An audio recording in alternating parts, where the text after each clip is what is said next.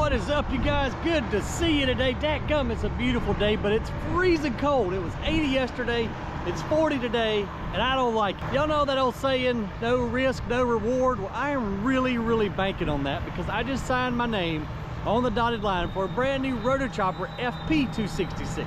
So we're going to use the FP to replace our MC. The FP is a little bit bigger machine, more horsepower. It's going to be on tracks, which is going to be a blessing because we pretty much have to use this D5 to pull this machine around, so it kind of got a wasted bulldozer. We're going to keep the MC. This was the first machine that I ever bought for GreenGo Recycling here to process our wood material, and it's been awesome. I mean, this machine really has made our business.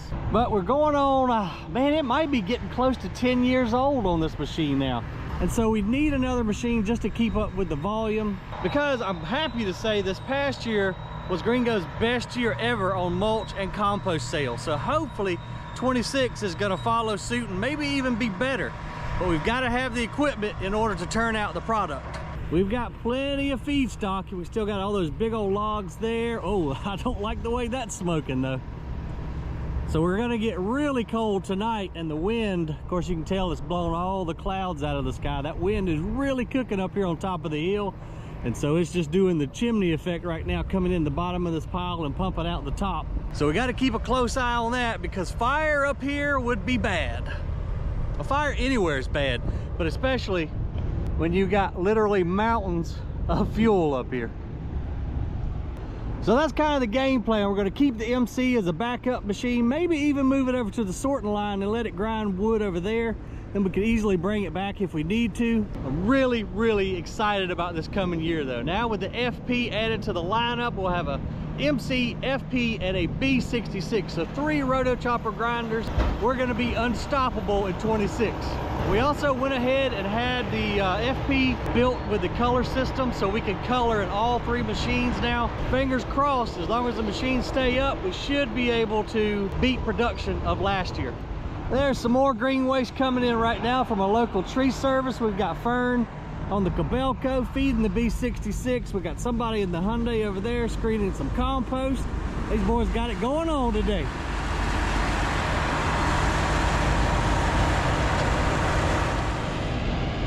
If you saw any of the videos from last season or back during the spring, you know we had a mountain of compost around here, but we sold all through that in pretty quick order. So I'm really hoping that this coming spring is going to be our best spring ever for some of our compost soil blends and just compost by itself, selling it as a soil amendment. You see the steam rolling off of it though?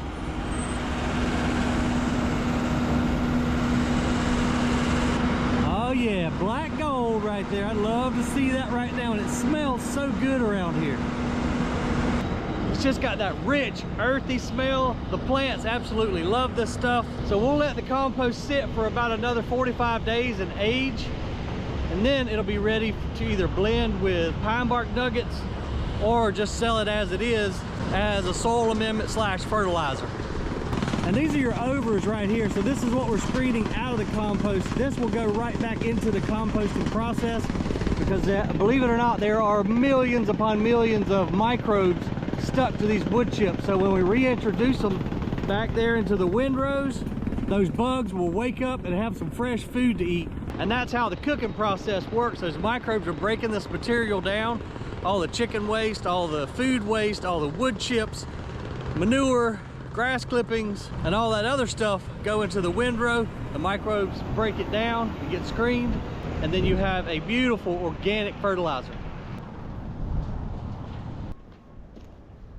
Man, as cold as it is, I kind of just want to sit in this pile. Let's see how warm it is. Oh man, that feels awesome. So this has been here for probably around 2 to 3 months. And it's just amazing to me that the microbes are responsible for all that smoke you see, all that heat that's generated to kill any pathogens or weed seeds. The microbes are what's doing the job. Ooh, that wind will cut right through you. It's supposed to go down to 28 degrees tonight. So I got to make sure all the pipes are wrapped up. We got to check on the wash plant, make sure everything's wrapped up over there. Went ahead and got some firewood in the house tonight. Gonna build the first fire of the season. Hopefully this is not a taste of what's to come this winter, because I don't like cold. We went ahead and cleared a little bit more land over here.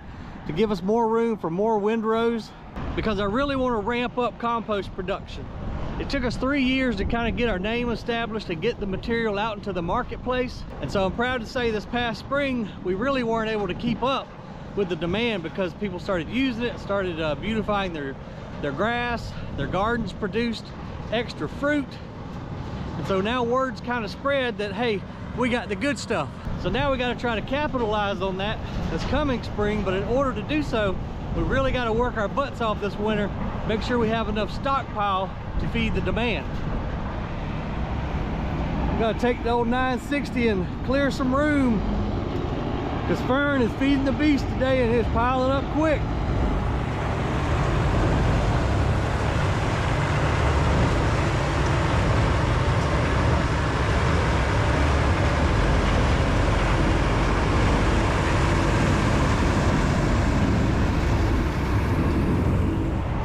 Happy to add another Roto Chopper to our team here. They've been a great company to deal with. They helped me get my business started and have just really been there for me throughout all the growth cycles that we've had here. Because if anybody knows grinders, Roto Chopper knows grinders. All right, before I freeze to death, let's go back to the fish house and check on that pond. Wow, check it out, guys. Well, the dam held up, at least for now. We got water flowing through the pipe, and I came back here Saturday, and it was about 10 o'clock, and it was just getting ready to go through the pipe. Now, we added an elbow section on there, but the original question was when it was going to flow through the bottom pipe. And if you said Saturday morning at 10:37 a.m., well, then you are correct, because I had to sit down here and wait for it to go through the pipe. And I thought it was never going to get up and go through the pipe. I was waiting and waiting, and finally, at 10:37 on Saturday morning, it went through. That turned out really nice though, didn't it? And Let's Dig hadn't called me yet and fussed at me for my, my dam project. Not yet, anyway. I thought it would be a little bit later filling up, but we have got such tremendous water flow coming out of the ground back here till, well, Brandon was closer than I was, and this thing filled up in no time.